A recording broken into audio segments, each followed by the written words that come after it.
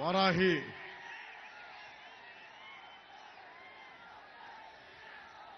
విజయభేరి యాత్ర ఒక మార్పు తీసుకురావడానికి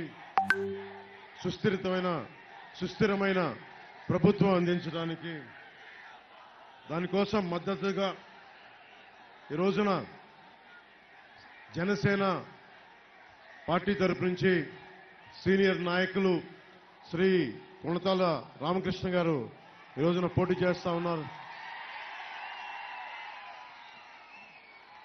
రాజ్యసభ సభ్యులు సీఎం రమేష్ గారు అనకాపల్లి పార్లమెంటు అభ్యర్థిగా పోటీ చేస్తా ఉన్నారు.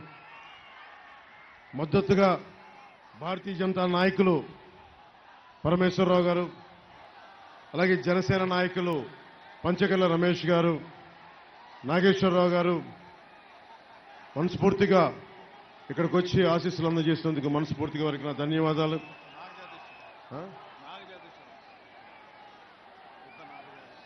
నాగజగదీశ్వరరావు గారికి, టీడీపీ నాయకులు వారికి కూడా కృతజ్ఞతలు. ముఖ్యంగా పీలా గోవింద్ గారికి నా ప్రత్యేక కృతజ్ఞతలు.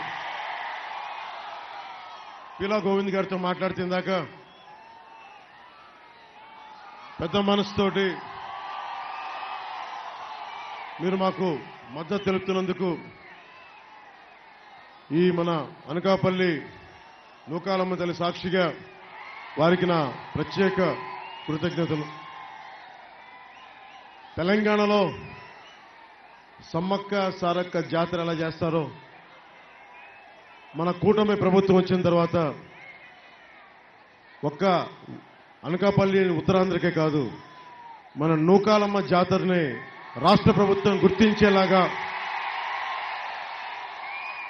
రాష్ట్ర ప్రభుత్వం దిగువ వచ్చి అమ్మవారికి పట్టు వస్త్రాలు పెట్టేలాగా ఆ చర్యలు మొదట రాగానే మనమే తీసుకుందాం. అది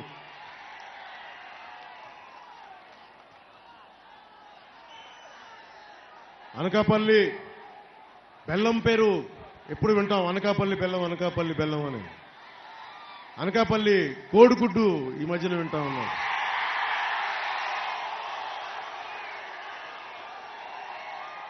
కోడి గుడ్డు పెట్టింది, ఇంకా పొదుగుతా ఉంది. ఈ వైసీపీ కోడి ఒక డిప్యూటీ సీఎంని ఇచ్చింది, 5 పోర్ట్ఫోలియోలకు మంత్రినిచ్చింది, ఒక విప్నిచ్చింది, కానీ 1 కిలోమీటర్ రోడ్డు వేయలేకపోయింది.